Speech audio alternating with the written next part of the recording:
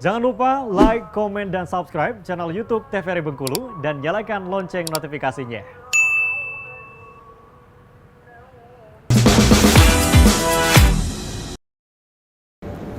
Assalamualaikum warahmatullahi wabarakatuh. Halo pemirsa, bagaimana nih kabarnya hari ini? Semoga selalu dalam keadaan sehat walafiat dan tetap bersemangat.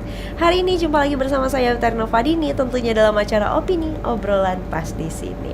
Nah pemirsa, Opini selalu hadir nih untuk menemani jam makan siang Anda. Tentunya dengan obrolan yang menarik, menginspirasi dan juga bermanfaat seperti dengan tema kita pada hari ini, yaitu inovasi dan keunggulan bersama dengan Bang Hendra Saputra. Langsung saja kita sapa. Halo Bang. Halo. Gimana kabarnya hari ini? Wah, baik. Alhamdulillah. Berarti semangat dong untuk menginspirasi para pemirsa Opini hari ini. Wah, semangat, lagi on fire ini. Lagi on fire. Nah Bang, sebelum itu pengen tahu dulu asalnya ini aslinya dari mana sih Bang? Saya aslinya dari Bengkulu, lahir di Bengkulu. Oke, berarti memang anak Bengkulu asli nih. Anak Bengkulu banget sih. Anak Bengkulu banget. Dan sekarang pun menetap dan mengembangkan usahanya juga di Bengkulu ya. Ya, betul. Nah, ini Abang kegiatan sehari-harinya ngapain aja nih? Saya kebanyakan sehari-harinya ke lapangan, kerja, kemudian saya meeting, lalu kemudian juga saya kadang-kadang jalan-jalan. Ada chill-chillnya dikit ya? Iya, tapi sambil networking juga. Oh, tetep ya? Iya, tetap. Kerja is number one. Iya, betul. Jadi nggak rugi. Jadi nggak rugi. Nah, ini Abang kan usahanya di bidang konstruksi nih. Iya. Itu kenapa sih Bang bisa melirik usaha di bidang itu? Gimana tuh cerita awalnya? Saya sebetulnya ke bidang konstruksi ini karena pertama hobi ya. Jadi awalnya itu saya normal aja sih. Saya orang tua saya kan pengusaha juga ya. Dia buka toko bangunan begitu. Jadi saya pas ketika lulus SMA saya udah ikut orang tua. Nah di situ saya belajar banyak material-material ya. Oh begitu. Jadi memang Ya. waktu tamat SMA terus melihat itu memang langsung menjadi cita-cita atau gimana tuh?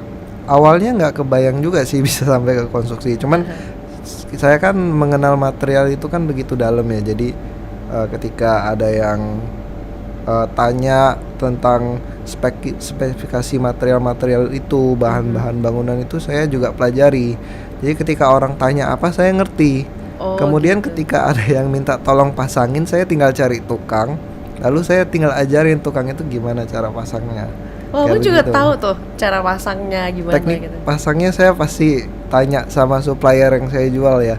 Jadi ketika saya jual barang, saya tanya juga gimana cara pemasangannya gitu. Oh, begitu. Ketika ada tukang yang nggak tahu, jadi saya tanya, saya kasih tahu tukangnya caranya seperti ini. Ya kemudian ya beberapa orang mulai banyak cari kita buat tolong pasangin ini dong, tolong pasangin itu begitu. Oh, jadi awalnya tuh kayak gitu. Iya, jadi awalnya memang saya itu lebih ke renovasi. Jadi ada kita jual material, jadi sembari kita jual material, kita juga ngebantuin beberapa customer kita buat ngerenovasi rumahnya begitu. Terus ada beberapa material barang yang beberapa tukang kan belum mengerti ya. Iya. Jadi saya bantu ajarin, lalu saya bantu arahin gimana cara pasangnya. Kemudian dari situ saya mulai tertarik nih, wah ini boleh juga nih. Kalau misalnya saya jual material, sembari saya juga cari orang yang bisa bantu saya pasangin material itu gitu. Oh begitu. Awal-awalnya tuh seperti itu gitu ya. Iya. Sampai akhirnya terbentuklah suatu perusahaan nih. Iya, jadi Perusahaan sendiri. iya, jadi saya dulu awal merintisnya itu dari renovasi dulu. Kemudian saya mulai cari tukang untuk di bagian interior, tukang kayu. Kemudian baru saya mulai cari teman-teman arsitektur untuk saya hire, saya masukin ke dalam ke perusahaan saya. Di situ saya baru bentuk perusahaan. Kemudian ketika perusahaan sudah jadi, saya baru mulai rekrut orang-orang sipil untuk bantu saya kerjain beberapa konstruksi. Oh begitu. Gede Berarti ini gitu. sebelum terbentuknya perusahaan ini ada tim dulu sebelum itu ya Bang? Iya, jadi sebelum perusahaan ini aja saya hire dulu satu orang sipil yang mampu bantu awasin di lapangan. Karena sembari saya merintis perusahaan ya saya tetap bantu jualin material-material ini sehingga jadi nggak waste terlalu banyak begitu. Oh begitu. Kurang lebih.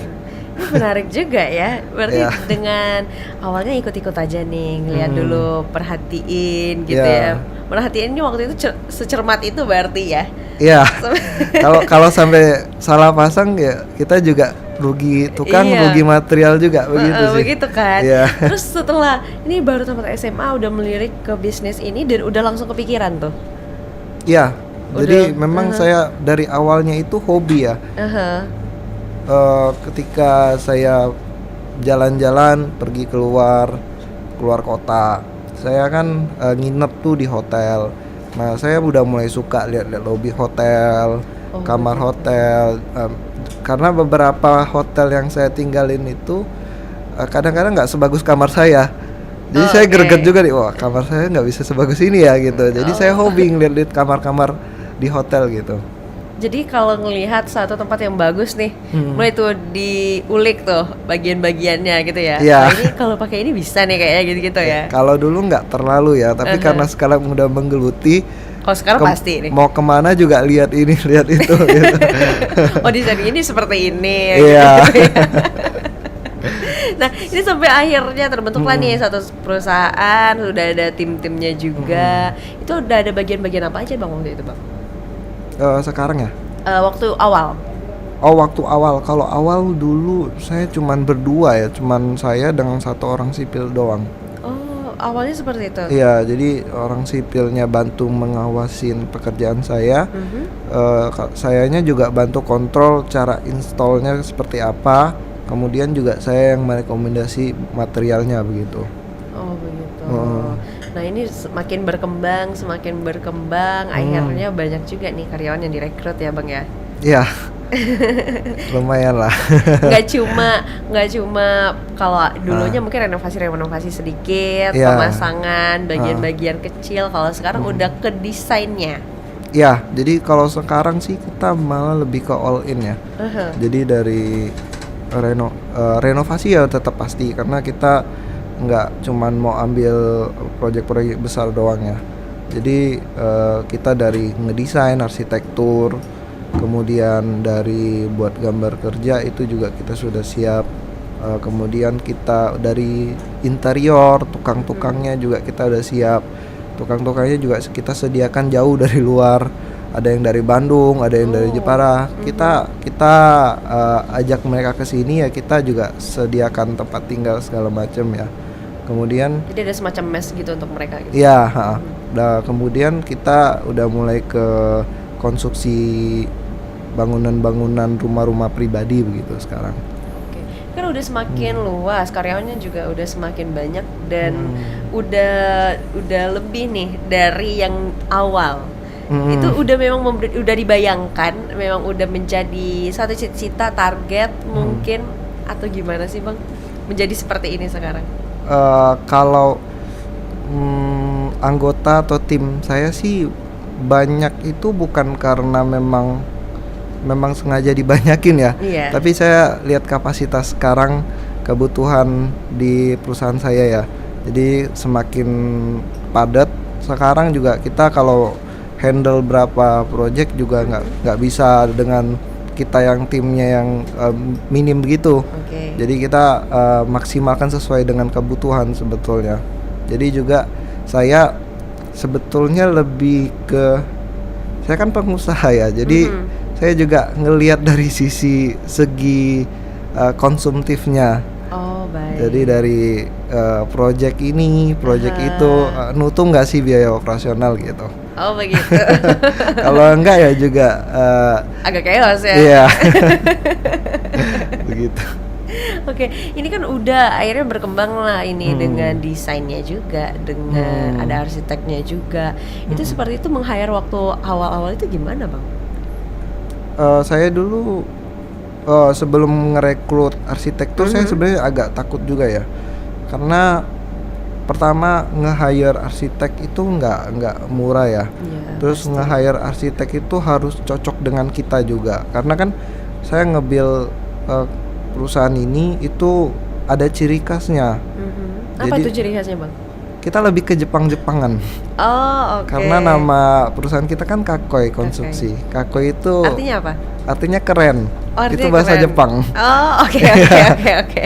Jadi memang kita nge-hire-nya itu ya yang harus sesuai dengan karakter kita gitu. Adapun beberapa arsitektur yang nggak cocok dengan karakter kita, tapi kita coba beliau kita ajarkan supaya ngikuti template-nya kita. Begitu sih. Ada beberapa juga yang begitu. Kurang. Jadi tetap ada ciri khasnya gitu ya bang ya. Ada Ya. yang menjadi pembeda nih perusahaan Kakoi dan juga perusahaan konstruksi lainnya begitu. Iya, ya. betul. Jadi ya memang pertama saya hire itu saya juga lihat ciri. Jadi agak takut juga sebetulnya ya. Kenapa bang? Karena saya waktu itu belum tahu medannya. Saya tahu nge-hire arsitek tapi malah nggak jalan gitu. Karena sebelumnya itu sebelum ada arsitek saya coba-coba cari tukang interior. Kemudian saya coba gambar sendiri.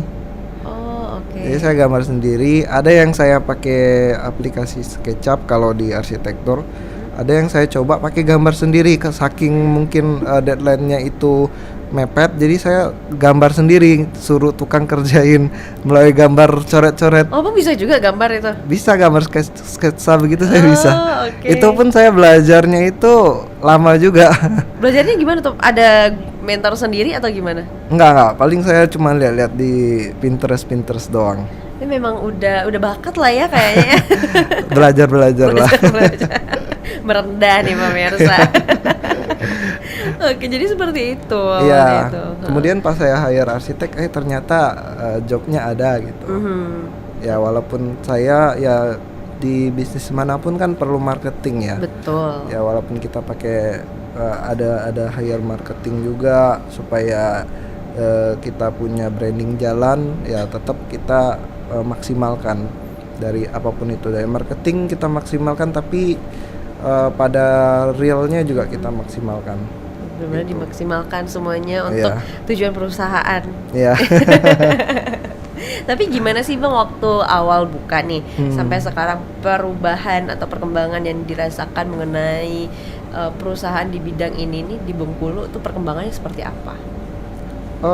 Kebetulan ketika saya buka perusahaan ini itu di tahun 2020. 2020. Itu bertepatan zaman-zamannya COVID-19 nggak sih? ya. Jadi saya awalnya juga kurang optimis ketika saya buka itu.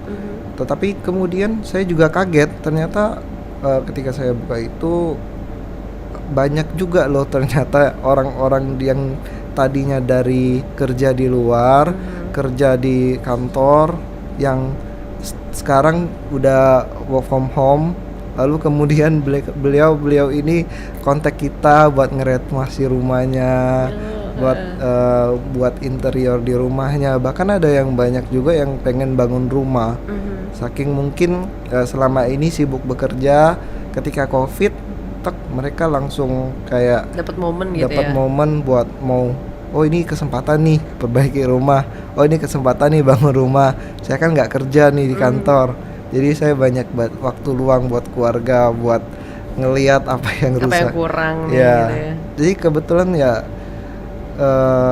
waktu itu saya jobnya itu juga lumayan dapat banyak. Ada yang cancel juga, ada juga yang oke gitu ketika saya kerjakan.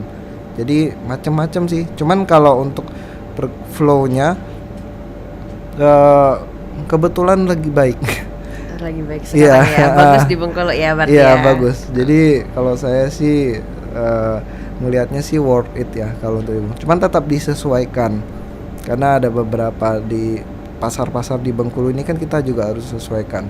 Nggak bisa terlalu tinggi-tinggi banget, tapi jangan yang terlalu rendahan banget juga. Karena kalau potensi di Bengkulu sih saya lihat sih masih bagus banget. Oke.